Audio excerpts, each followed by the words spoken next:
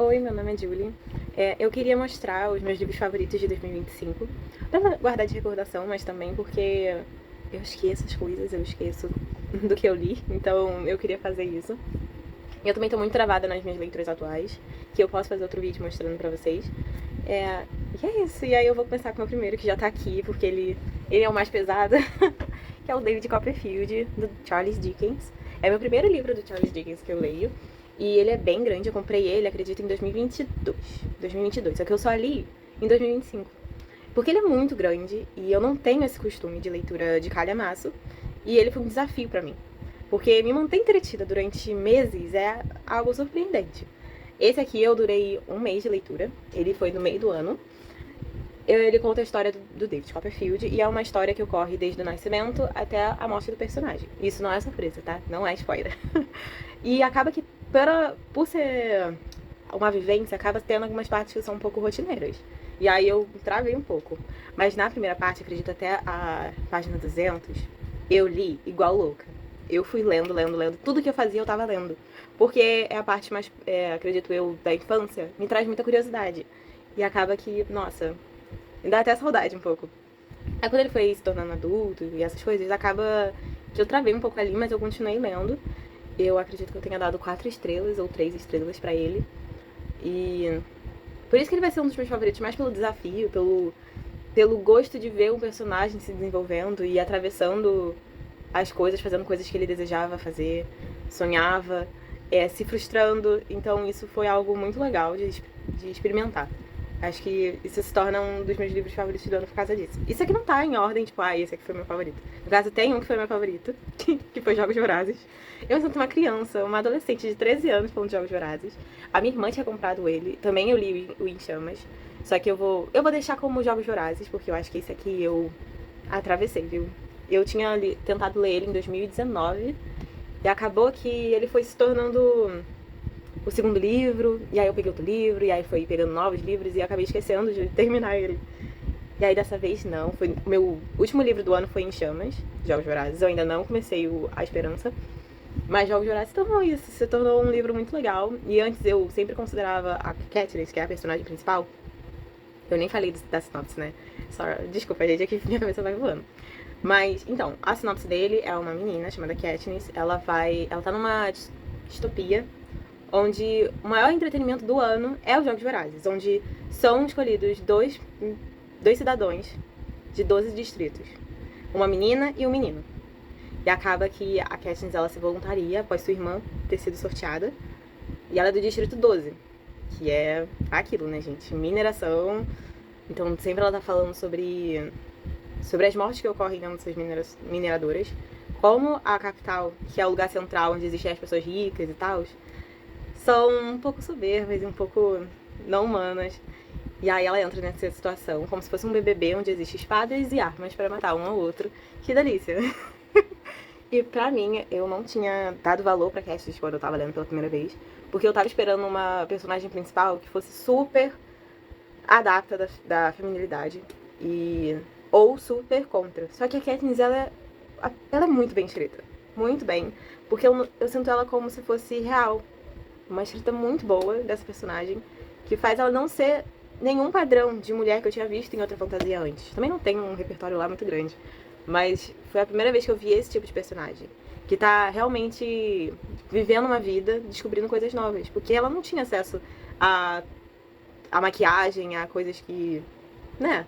Ela não tinha esse acesso, ela ia caçar, ela tinha que sobreviver. E era isso que ela tinha em volta dela. Eu tô explicando muito mal, mas enfim. Eu indico esse livro, eu acho ele muito bom, principalmente pra adolescentes.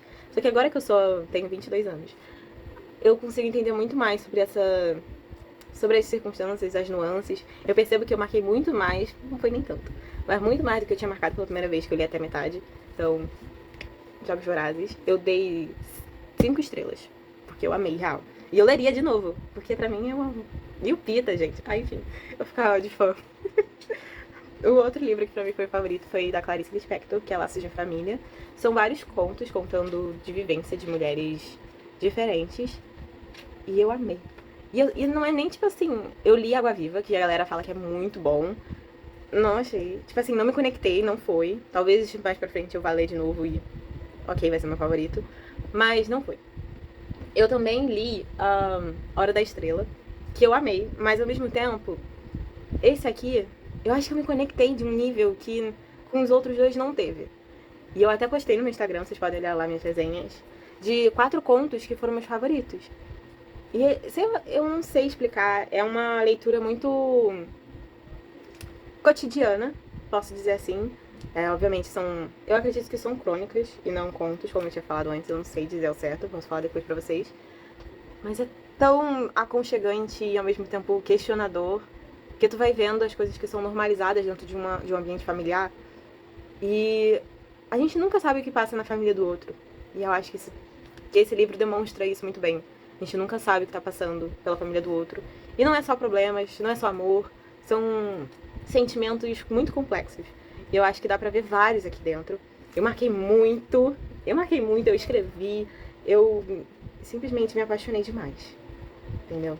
É isso. E eu tinha lido ele, eu comecei a ler ele, porque o meu melhor amigo tava fazendo a prova da UERJ e um dos contos era da UERJ. E por último, eu vou trazer outro desafio, que foi 100 Anos de Solidão, do Gabriel Garcia Marques. Esse livro foi muito difícil de ler. Muito, muito difícil de ler. Foi um dos livros que mais ficou empacado. Eu não conseguia ir. E por isso ele se tornou um favorito, porque eu acho que é uma vitória às vezes, sabe? Ler um livro que você tem que pesquisar muito, você tem que reler outras páginas pra voltar. Isso acaba se tornando...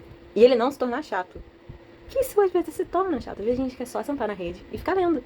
E esse aqui não, eu tinha que estar no computador, eu tinha que estar no tablet, eu tinha que estar pesquisando coisas sobre ele, vendo algumas coisas que são de sociedade, nível sociológico, que isso travava um pouco a leitura, porém ele continuou sendo um bom entretenimento, apesar disso.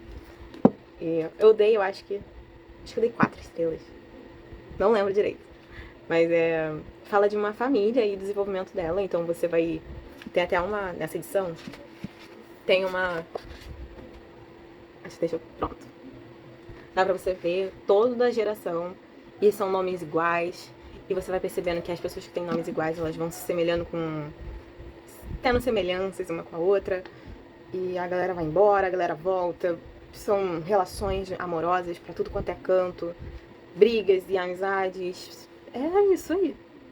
E fala de uma... Como o Gabriel Garcia, ele é da Colômbia, essa família tem muitas características latinas. Então, também foi uma boa experiência ter isso, porque eu leio, em sua maioria, coisas estadunidenses. E ver uma coisa latina, um livro latino, e ver algumas semelhanças que ainda permanecem na estrutura familiar, é muito bom. E eu posso dizer que ele tem muita semelhança com Laços de Família nesse sentido, de estrutura familiar.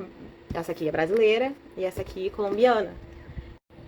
Tinha parado de gravar, eu tenho 32 segundos pra finalizar esse vídeo, que eu tô gravando pelo meu celular. E é isso, eu dei ótimas estrelas pra ele, eu posso falar mais dele na minha resenha, no caso eu já falei. Então, foi isso, eu li mais livros, no total de 20 livros esse ano, de 2025. E eu pretendo ler mais, porém a faculdade já trava um pouco. E é isso, eu vou deixar meu Instagram aqui embaixo, vocês provavelmente me conhecem pelo Instagram. E é isso, curta, comenta.